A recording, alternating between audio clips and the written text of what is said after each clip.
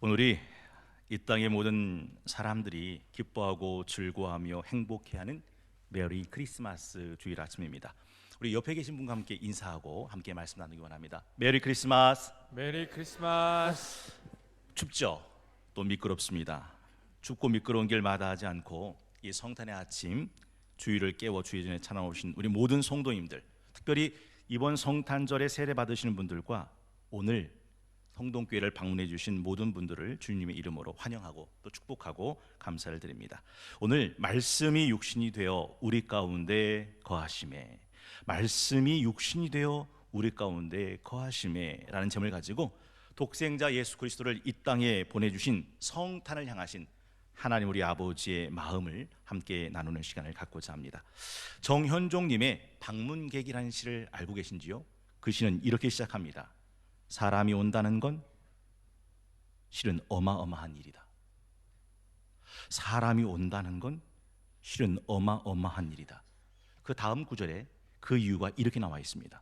그는 그의 과거와 현재와 그리고 그의 미래와 함께 오기 때문이다. 한 사람의 일생이 오기 때문이다. 사람이 온다는 건 실은 어마어마한 일이다. 여러분, 성탄은 예수 그리스도께서 이 땅에 오신 날이죠. 오늘날 이 성탄의 기분과 분위기를 잃어버린 시대를 우리가 살고 있다는 거 우리가 다 잘 알고 있는 이야기일 겁니다. 예전엔 성탄절, 크리스마스 하면 마냥 기다려졌고 그날이 신나고 기분 좋은 날이었습니다. 교회를 다니든 다니지 않든 아무 상관없이 도시마다 거리마다 상가마다 크리스마스 트리가 반짝반짝 아름답게 빛났고 신나고 경쾌한 크리스마스 캐롤이 들렸고 TV에는 성탄 특집 명화와 TV 속엔 연일 성탄 뉴스들로 꽉 차 있었습니다. 평소 사고 싶었던 선물들을 사고 쇼핑과 나눔과 가족들의 외식과 연인들의 데이트로 크리스마스는 아름다운 시간이 되었습니다. 언제서부턴가 그런 성탄절 분위기는 찾아보기가 어려워진 것 같아요. 마치 탄산가스를 잃어버린 탄산 음료처럼 크리스마스 성탄절도 예전과 같은 분위기가 살지 않는 것이 사실입니다. 여러분은 어떻게 생각하세요? 크리스마스 분위기를 살리려면 어떻게 해야 된다고 생각하십니까? 크리스마스를 크리스마스되게 만드는 게 뭐라고 생각하세요? 신나는 캐롤일까요?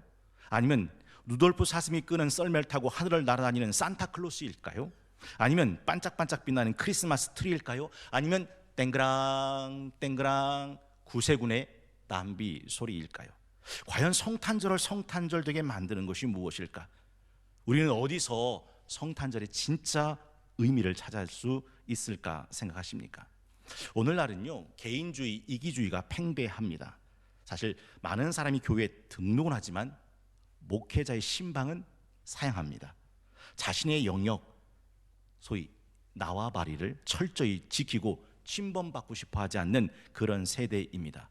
이건 어제 오늘의 문제만은 아닙니다. 2000년 전 예수님이 이 땅에 오셨을 때도 동일했습니다. 9절에 보니까 참빛 곧 세상에 와서 각 사람에게 비추는 빛이 있었나니 그가 세상에 계셨으며 세상은 그로 말미암아 지은 바 되었으되 세상이 그를 알지 못했고 자기 땅에 오매 자기 백성이 영접하지 아니했다.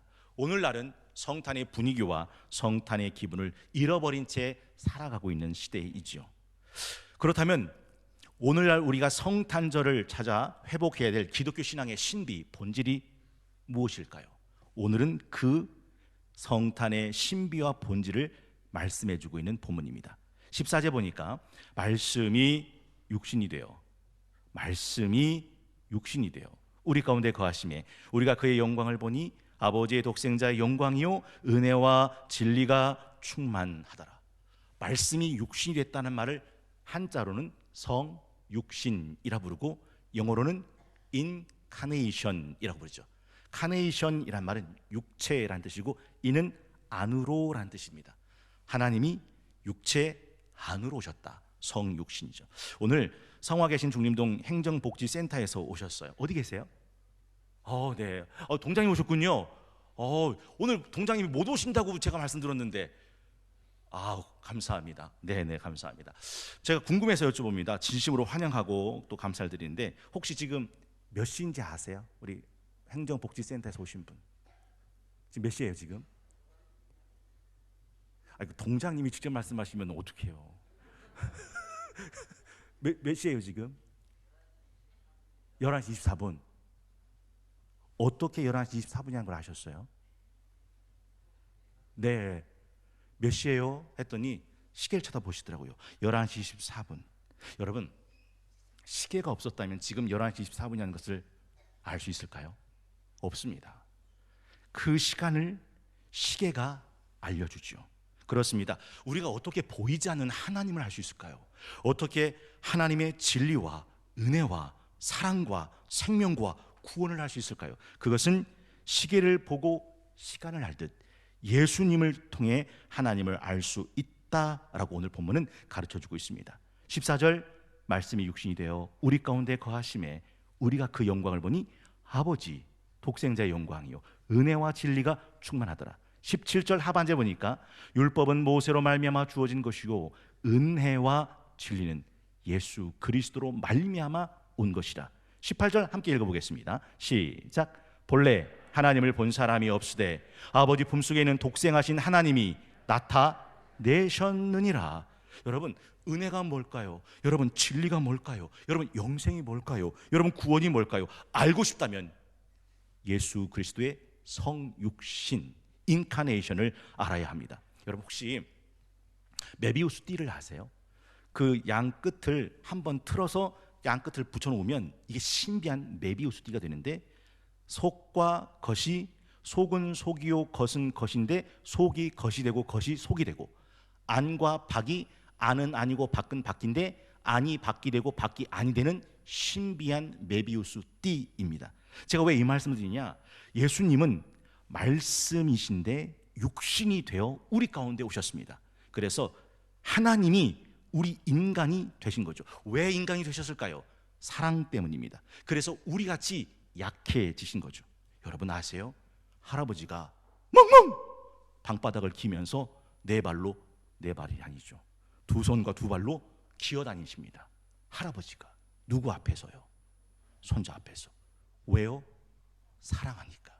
사랑하니까 할아버지가 방바닥에 엉금엉금 멍멍하며 기어 어린 손자와 놀아줄 수 있습니다.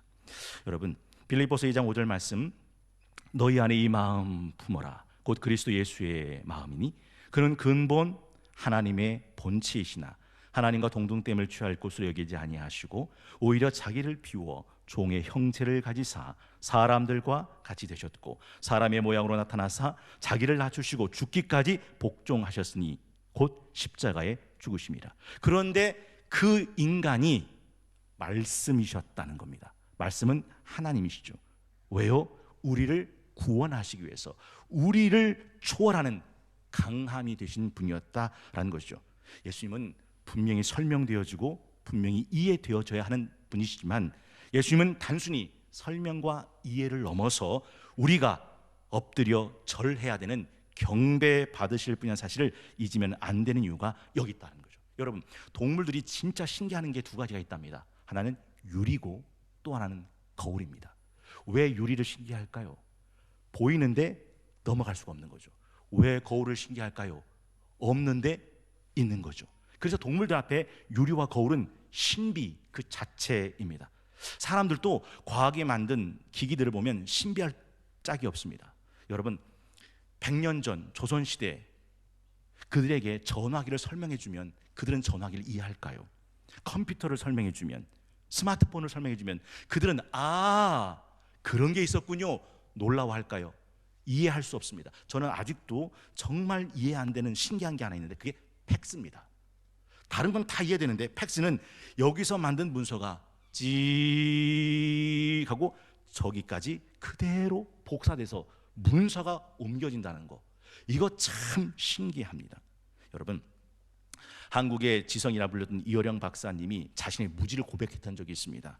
박정희 대통령이 경부 고속도로 뚫고 포항 제철 만들 때 이 박정희 대통령의 이것에 대해서 현란하게 논객으로 비판의 글을 썼던 사람이 이어른 교수입니다. 지금 보릿고개로 초군 목피로 가난한 나라님도 구제하지 못한다는 이 가난한 실적에 무슨 그 엄청난 천문학적인 돈을 길바닥에 깔아버리냐, 무슨 고속도로냐, 무슨 포항제철이냐. 그분이 그러더라고요. 그때는 몰랐다고. 여러분 아시죠? 대한민국을 경제성장의 대국으로 만든 경제성장의 심장과 대동맥이 포항제철이었고 경부고속도로였다는 거. 그런데 그 똑똑하다는 이어령 박사도 그때는 그게 안 보였더라라는 거죠. 하나님이 인간이 되셨다. 오직 예수 그리스도만이 우리의 구원의 길과 빛과 생명이시다라고 하는 이 엄청난 사실은 성경이 우리에게 가르치는 신비 중에 신비, 비밀 중에 비밀이다라는 거죠. 여러분, 성탄절은 단순히 그냥 기분만 내는 절기가 아니라 바로 이 신비를 깨닫고 이 신비 속에 들어가 예수 그리스도를 경배하는 날이 된다라는 거죠. 마지막 세 번째가 있다면 성탄절의 진짜 의미는 우리가 잃어버렸던 길, 우리가 잃어버렸던 방향, 우리가 잃어버렸던 목적을 새롭게 튜닝하는 절기가 된다라는 거죠. 여러분, 이 세상의 진짜 주인 예수 그리스도를 내 삶의 주인으로 온몸으로 맞아들이는 것이 성탄절입니다. 그리고 이 세상에 오신 예수님의 이유와 목적을 내가 삶을 살아가는 이유와 목적으로 삼는 것이 성탄절의 참된 의미가 된다라는 거죠. 예전에 각시탈이라는 드라마가 있었습니다. 기억나실 겁니다. 한 가정에 형제가 살았는데 형은 일제시대 속에서 각시탈을 쓰고 의적이 되어 일본 친일파 인사들과 요주의 인물들을 제거하고 억울한 사람들을 도와주는 의적으로 활동합니다. 동생은 일본의 순사가 돼서 자신의 육신의 안달과 평안을 구하며 살지요. 일본은 목에 걸린 이 각시탈을 잡으려고 혈안이 되어 있습니다.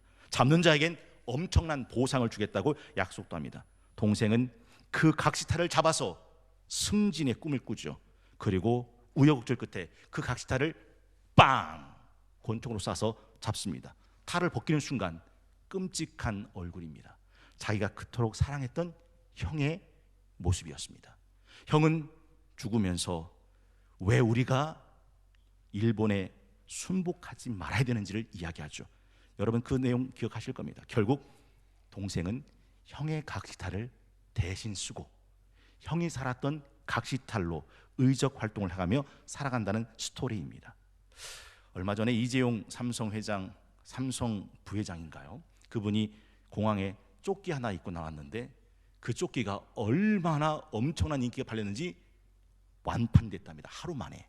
그것도 싼 게 아닌데 기사에는 싸다고 나오는데 조끼 하나가 40만 원인데 싸다고 말하니까 난 지금 뭐하고 살고 있지? 난 뭐 입고 사냐? 이런 생각이 들더라고요. 하여튼 이재용 씨가 함고 입고 나왔던 이 조끼가 하루 만에 완판이 됐습니다. 여러분, 예수님이 이 세상에 하나님의 아들로 메시아로 그리스도로 오셔서 메시아로 그리스도로 살다가 죽으셨습니다. 우리는 이 세상에 하나님의 자녀로 그리스도의 몸된 교회 그리스도인으로 살아가는 거죠. 예수님을 통해서 나타났던 은혜와 사랑이 나를 통해 흘러가고 예수님에게 나타났던 자비와 긍휼이 우리를 통해 퍼져가고 예수님을 통해 나타났던 용서와 대속의 삶을 우리가 살아가는 것, 이것이 성탄절의 진짜 의미다라는 거죠. 요한산서 1장 3절과 4절 말씀입니다. 형제들이 와서 내게 있는 진리를 증언하되 네가 진리 안에서 행한다 하니 내가 심히 기뻐하노라. 내가 내 자녀들이 진리 안에서 행한다 함을 듣는 것보다 더 기쁜 일이 없도다. 여러분 기억해 주시겠습니까? 시계를 보고 시간을 알듯이 예수님을 통해 하나님을 알듯이 성탄은 우리를 통해 하나님의 은혜와 사랑이 자비와 긍휼이 흘러가는 절기입니다. 기억하십시오. 너희는 세상의 소금이니 소금이 만일 그 맛을 잃으면 무엇으로 짜게 하리요? 후에는 아무 쓸데없어 다만 밖에 버려져 사람에게 밝힐 뿐이니라. 너희는 세상의 빛이라. 산 위에 있는 동네가 숨겨지지 못할 것이고 사람이 등불을 켜서 말 아래 두지 아니하고 등경 위에 두나니 이러므로 집안 모든 사람에게 비추니라. 16절 우리 다 함께 큰 목소리로 합독하겠습니다. 시작. 이같이 너희 빛이 사람 앞에 비치게 하여 그들로 너희 착한 행실을 보고 하늘에 계신 너희 아버지께 영광을 돌리게 하라. 여러분, 진짜 사랑하는 순간 그분을 위한 사랑의 수고가 전혀 수고롭지 않다는 거, 교회를 다녀보신 분은 아시죠? 창세기 29장 20절에 야곱이 누구를 사랑했습니까? 라헬을 사랑했습니다. 야곱이 라헬을 위하여 7년 동안 라반을 섬겼는데 이렇게 돼 있어요. 사랑하는 까닭에 7년을 며칠같이 여겼더라. 무상으로 7년을 일을 합니다. 창세기 31장 40절에 보면 야곱이 어떻게 일했는지를 이렇게 말합니다. 내가 이와 같이 낮에는 더위를 무릅쓰고 밤에는 추위를 당하며 눈 붙일 겨를도 없이 지낸 나이다. 누구를 위해서? 라헬을 위해서. 그런데 사랑했기에 그 7년의 세월이 며칠처럼 잠깐 지나갔다라는 이야기죠. 2022년 12월 25일 성탄주일 아침, 말씀이 육신이 되어 우리 가운데 거하심에 라는 제목으로 하나님의 말씀을 함께 나눴습니다. 이 시대는 성탄을 잃어버린 채 살아가는 시대입니다. 성탄의 진짜 본질은 크리스마스 트리도 아니고 신나는 캐럴도 아니고 선물을 주고받는 쇼핑도 아니라 말씀이 육신되어 우리 가운데 오신 성육신의 비밀을 깨닫고 우리가 놓쳤던 길과 삶을 새롭게 찾아가는 튜닝의 시간을 갖는 것이 얼마나 소중한 것인지를 함께 나눴습니다.